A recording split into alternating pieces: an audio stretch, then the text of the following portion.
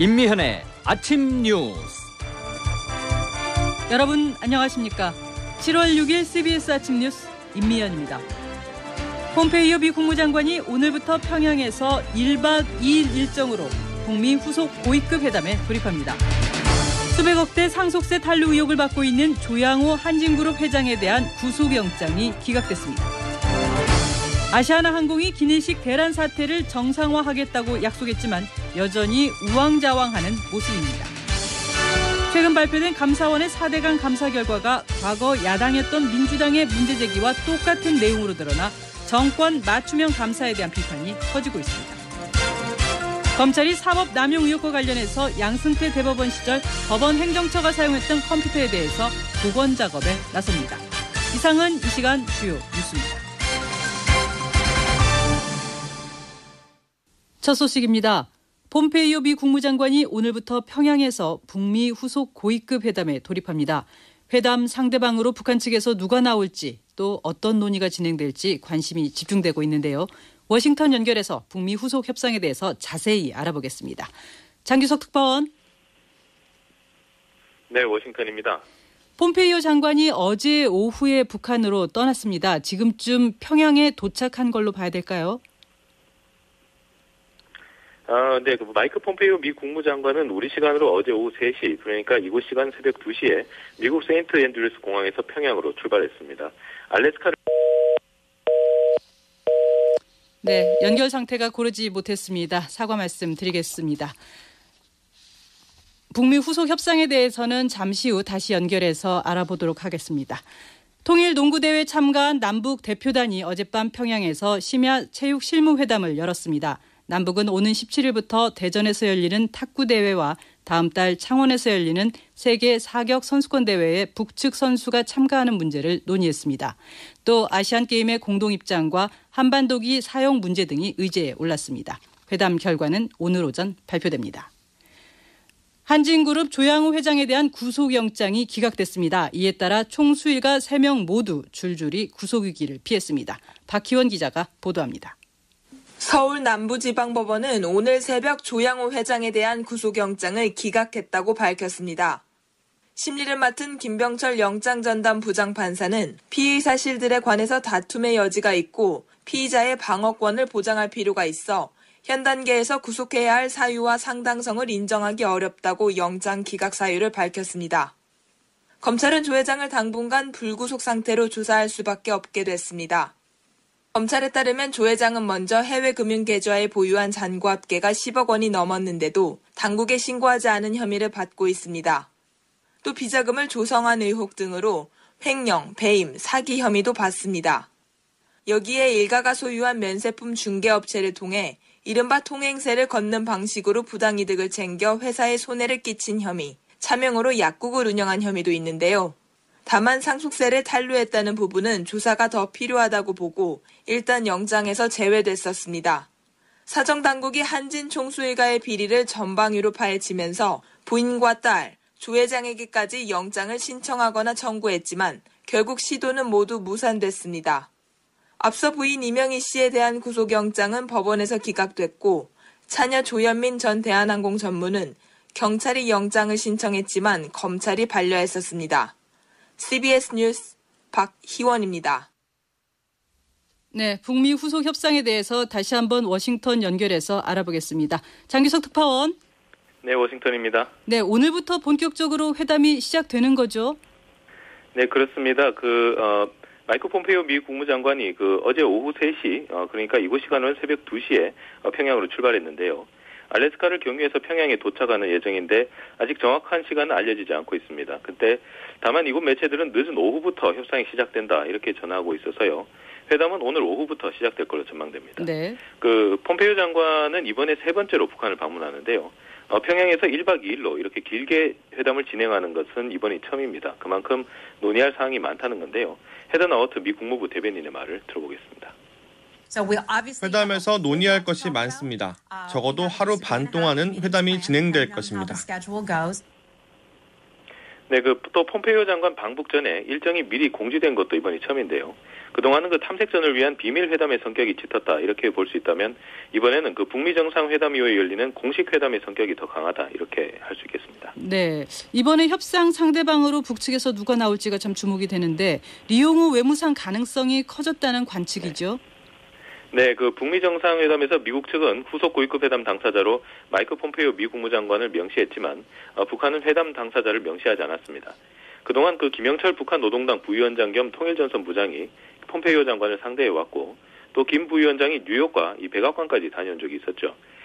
하지만 앞서 말씀드린 대로 이번에는 공식 회담으로 볼 수 있기 때문에 미국 측의 외교수장을 상대하기 위해서 북한도 외교장관, 그러니까 리용호 외무상을 내세울 가능성이 더 크다 이런 관측이 나오고 있습니다. 네, 무엇보다 이번 회담에서 어떤 것이 논의될지 관심입니다. 그런데 네. 최근 미국이 비핵화 원칙에 대한 용어를 바꿔서 주목을 받고 있는데요. 어떻습니까, 상황은? 네, 최근에 미국 국무부가 폼페이오 장관의 방북 소식을 전하면서 비핵화 원칙으로 이 최종적이고 전적으로 검증된 비핵화라는 뜻의 FFVD라는 용어를 새로 내놨습니다. 그렇습니다. 그동안 미국은 완전하고 검증 가능하며 불가역적인 비핵화를 뜻하는 CVID를 주장해 왔는데요. 북한도 이 용어에 큰 반감을 갖고 있거니와 미국도 완전한 비핵화를 한꺼번에 달성하는 게 어렵다 하는 점을 어느 정도 인정한 걸로 보입니다. 때문에 대신에 비핵화의 핵심 요소죠. 이 검증에 집중하기로 미국이 전략을 바꾼 걸로 보이고요. 이에 따라 북한이 스스로 핵무기와 핵물질, 또 핵시설 현황을 숨김없이 신고하도록 하고 이를 어떻게 하나하나 검증해 나갈 것인가 하는 이 구체적인 방법에 대한 논의가 진행될 걸로 예상됩니다. 또 최근에 북한 비핵화를 놓고 시간표가 있느냐 없느냐를 놓고 반응이 상당히 엇갈렸습니다. 이번 회담에서도 이 시간표가 논의될 것으로 보이죠. 네, 말씀하신 대로 북한의 비핵화, 적어도 이 주요한 핵무력 해제를 1년 안에 하겠다 하는 백악관과 시간표는 없다 하는 이 미 국무부의 말이 지금 엇갈리고 있는데요. 네. 존 볼턴 백악관 국가안보 보좌관과 헤더 너트 국무부 대변인의 말을 이따라 한번 들어보겠습니다.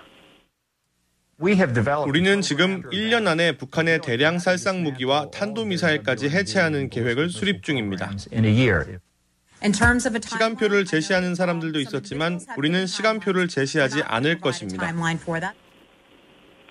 네, 일단 미국은 언제까지 이런저런 비핵화 조치를 해라 이렇게 시한을 딱 정해서 북한을 대놓고 압박하지는 않을 걸로 보입니다. 하지만 북한이 핵 프로그램을 자진 신고하고 또 비핵화를 위해서 어떤 조치를 단계적으로 취하겠다. 그리고 또 미국도 북한의 조치에 상응해서 체제 보장을 위한 이런저런 조치를 하겠다 하는 정도로 합의를 할 수 있다면 언제까지 무장 해제나 핵시설 해체는 가능하겠구나 이렇게 시간표를 대략 가늠할 수 있을 걸로 보입니다. 그래서 결국은 북미 양측이 어느 수준까지 구체적으로 합의가 가능하냐 하는 것이 이번 회담의 최대 관건이라고 할 수 있겠습니다. 네, 마지막으로 미군 유해 송환 문제도 이루어질 가능성이 높아 보입니다. 네, 그렇습니다. 이번에 폼페이오 장관의 방북길에는 미국 측 기자 6명이 동행을 했습니다. 언론을 대동하고 방북길에 나섰다 하는 것은 단순히 회담만 하는 게 아니라 뭔가 미국 국민들에게 보여줄 게 있는 게 아니냐 이런 관측이 나오고 있습니다. 지난번에 폼페이오 장관이 미국인 억류자 3명을 데려올 때도 미국 기자들이 동행했었는데요. 때문에 이번에도 한국전쟁 당시 전사한 미군의 유해 송환이 같이 이루어질 가능성이 높다 이런 예상이 나오고 있습니다.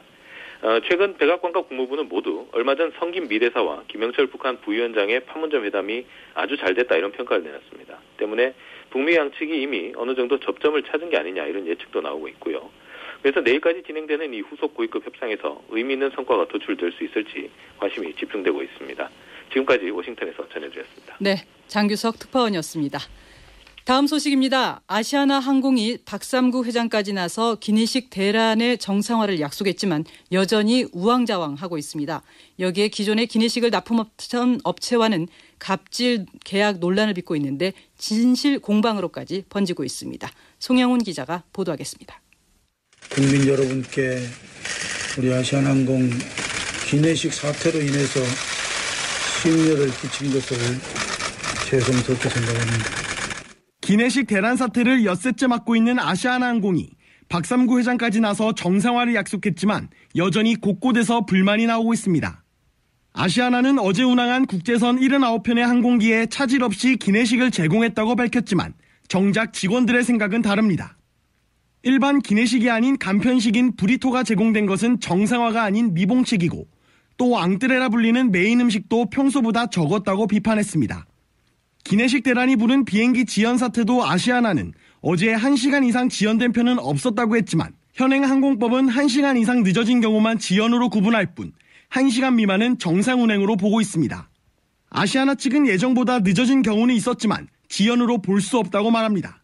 있겠지만 저희가 지금 하나씩 다 해가지고 저희가 뭐 따로 체크해드리지 않고 있어요. 그건 1시간 이상 된. 여기에다 박 회장이 갑질이 아닌 품질이 떨어져 계약을 끊은 것이라며 겨냥한 LSG사가 박 회장은 정직하지 못하다며 비판하고 나섰습니다. 특히 LSG는 이번 아시아나와의 계약 해지는 품질 문제가 아닌 다른 이유라고 확신한다고까지 밝혀 갑질 의혹은 계속될 전망입니다. CBS 뉴스 송영훈입니다. 아시아나가 기내식 부족 사태를 해결하는 과정에서 대한항공이 협조하지 않았다고 밝히면서 논란이 일고 있습니다. 대한항공은 지원 의사를 전했지만 아시아나가 수용하지 않았다고 주장했습니다. 이 소식은 이재기 기자가 전해드립니다. 기내식 지원 문제를 놓고 아시아나와 대한항공이 논란을 벌이고 있습니다. 박삼구 아시아나 회장은 대한항공의 지원 거절에 대해 섭섭함을 토로했습니다. 박삼구 회장입니다. 대한항공에서 도와주면은 또 해결할 수 있었습니다. 근데 죄송스럽게도 협조를 못 받았습니다. 제가 항공 사람을 하지만은 서로 협력할 거는 나는 항상 협력을 하는 게 맞다고 생각을 했습니다. 대한항공 측은 7월 3일 2차례나 아시아나에 전화를 걸어 지원 의사를 밝혔지만 아무런 답이 없었다고 주장했습니다. 대한항공 관계자입니다. 우리 쪽에서 먼저 아시아나에 전화를 했어요. 그래서 우리가 뭐 도와줄 거 없냐. 그랬더니 그쪽에서 그럼 우리가 내부 검토도 하고 보고를 해서 알려주겠다. 그러고 나서는 아무 연락이 없이 어제 기자회견을 한 거예요. 대한항공 주장과 달리 기내식 공장에 불이 난 지난 3월 대한항공이 아시아나의 요청을 거절했던 건 사실이었습니다. 이유는 7월 성수기에는 지원 여력이 없다는 것이었습니다. 아시아나 관계자입니다. 3월 달에 대한항공 쪽에서 이 7월부터 9월 말까지 성수기권이라서 저희 것까지 공급할 여력이 안 된다고 불가하다고 통보받았습니다. 아시아나로서는 대한으로 군소업체와 계약할 수밖에 없었고 당시 기내식 대란은 이미 예고됐었다는 말도 나왔습니다. 대란의 책임은 아시아나에 있지만 두 회사 간 지원 논의가 불발되면서 승객 피해가 더 커졌다는 지적도 나오고 있습니다. CBS 뉴스 이재기입니다. 미국의 중국산 제품에 대한 고율 관세부가 이른바 미중 무역전쟁이 우리 시간으로 오늘 오후 1시에 시작됩니다.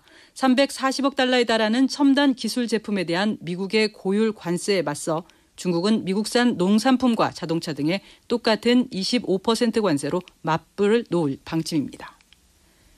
최근 발표된 감사원의 4대강 감사 결과는 5년 전 야당이었던 민주당이 문제 제기했던 내용과 판박이인 사실이 CBS 취재 결과 확인됐습니다. 그동안 손 놓고 있다가 정권이 바뀌자 맞춤형 감사에 착수했다는 비판이 나올 수밖에 없습니다. 김구현 기자가 취재했습니다. 이틀 전 발표된 4대강 감사 결과의 핵심은 이명박 전 대통령이 수질 개선 효과가 미미할 것이란 내부 의견에도 불구하고 대운하 사업을 염두에 두고 무리하게 4대강 사업을 강행했다는 겁니다. 하지만 이 같은 내용은 5년 전 3차 4대강 감사 결과 발표 직후 당시 야당이었던 민주당이 지적했던 내용과 판박입니다. 민주당 내 설치된 4대강 불법비리 진상조사위는 당시 국토부 등 MB정부 내부 문건을 공개하며 국토부가 4대강 사업이 수질을 악화시킬 수 있다는 의견을 냈지만 이 전 대통령은 대운하 사업을 염두에 두고 수심을 5, 6m 깊이로 굴착하라고 지시했다고 지적했습니다. 당시 민주당 이미경 의원입니다. 최대 수심과 최소 수심의 기준을 대통령께서 명백하게 국민을 속이고 지시했다 하는 것을 알 수 있습니다. 결국 4대강 3차 감사는 엉터리 감사였고 야당의 문제 제기에도 감사원은 5년 동안 나몰라라 한 셈입니다. 또 이번 감사 결과가 결과적으로 민주당의 기존 입장과 똑같다는 점에서는 정권 맞춤형 감사 결과란 의심도 나옵니다. 감사원은 이번 감사 보고서에서 더 이상 4대강 사업과 관련된 논란이 없도록 하기 위해 라는 표현을 써가며 무수했던 의혹에 마침표를 찍으려 애를 쓰고 있습니다. 하지만 엉터리 감사의 역사만 되풀이해온 감사원이 스스로 환골탈퇴하지 않는 한 추락한 감사원의 권위를 회복하기 어려워 보입니다. CBS 뉴스 김구현입니다. 사법행정권 남용 의혹을 수사 중인 검찰이 양승태 대법원 시절 법원 행정처가 사용했던 컴퓨터에 대한 복원 작업에 나섰습니다. 김기용 기자가 보도하겠습니다. 검찰은 오늘 대법원 13층에 마련한 임시 공간에서 사법농단 의혹 관계자들의 PC에 대한 디지털 포렌식을 실시합니다. 이에 대법원은 별도로 꾸린 행정팀을 검찰 포렌식에 입회시켜 보안에 만전을 기한다는 방침입니다. 일단 의혹의 정점인 양승태 전 대법원장의 PC는 이번 포렌식 대상에 포함되지 않을 것으로 보입니다.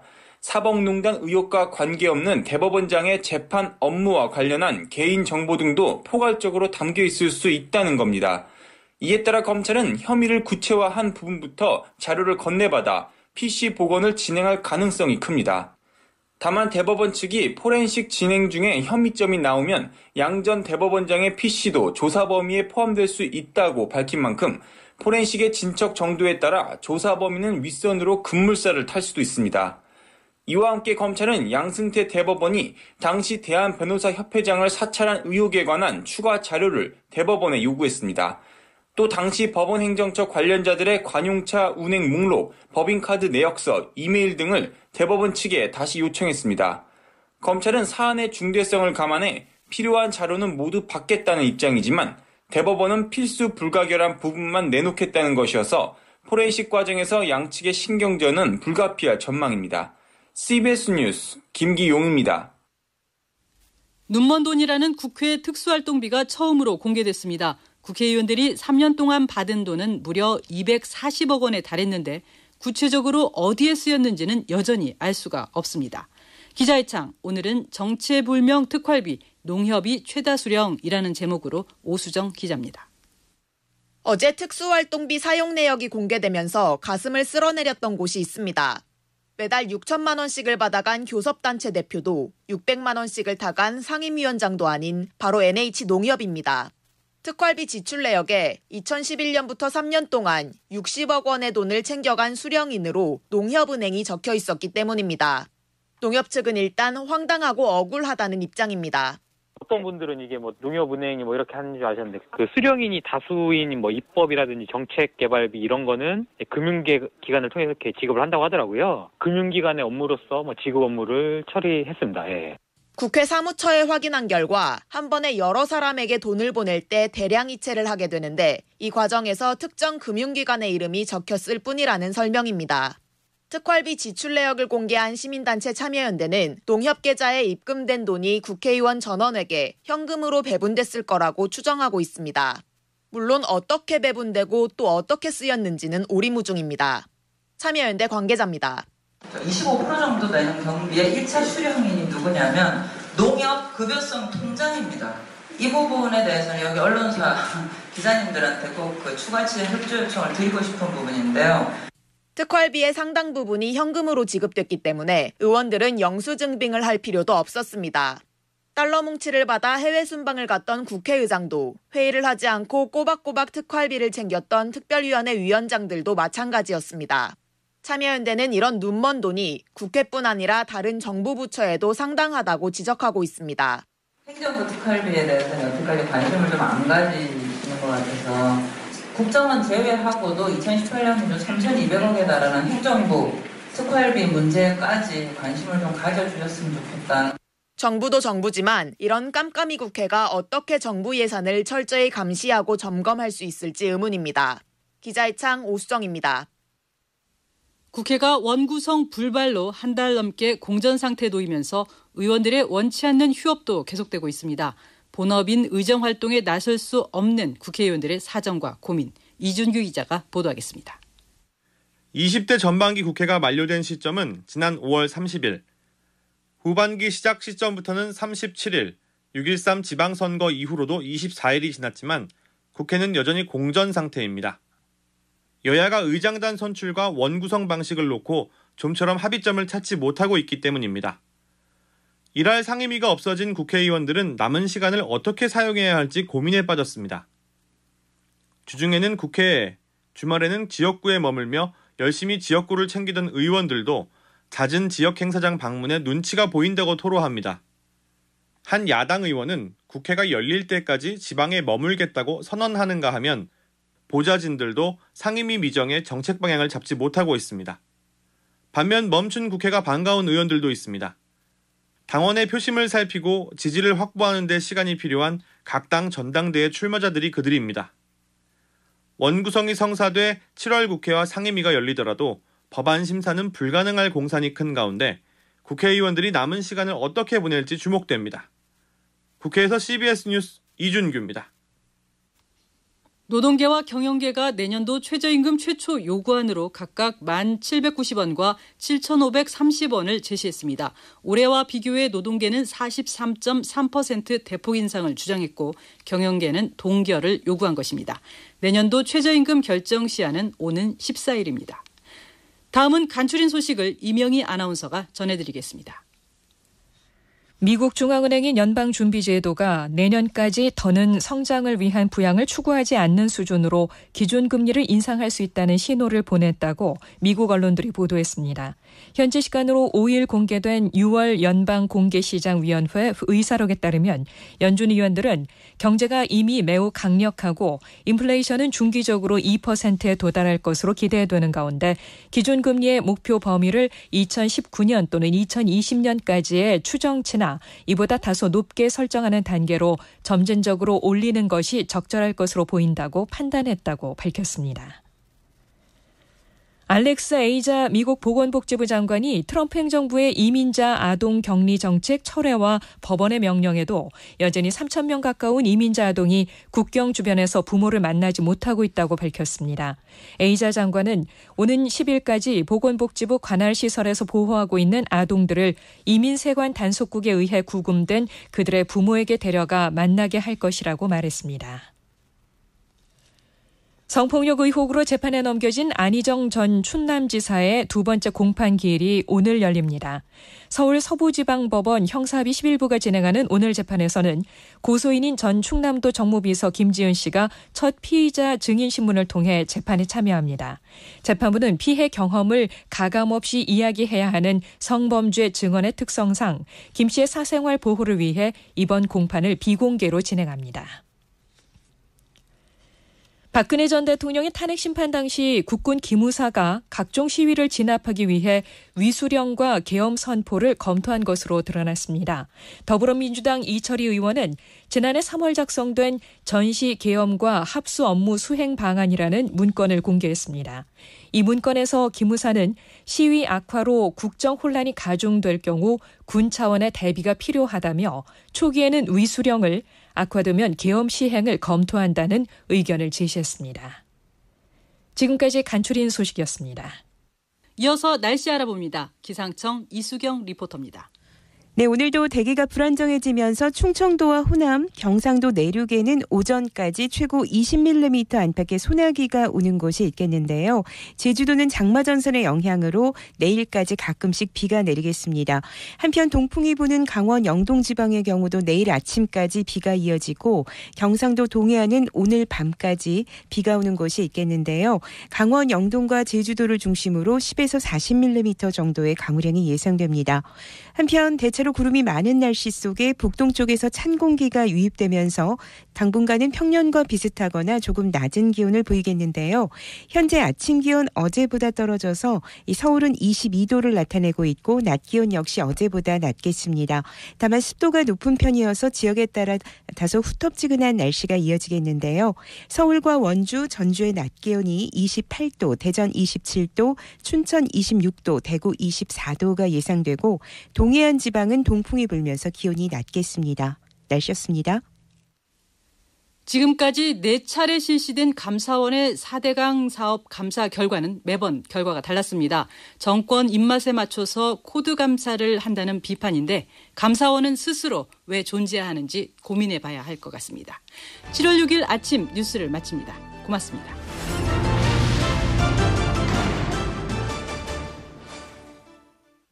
CBS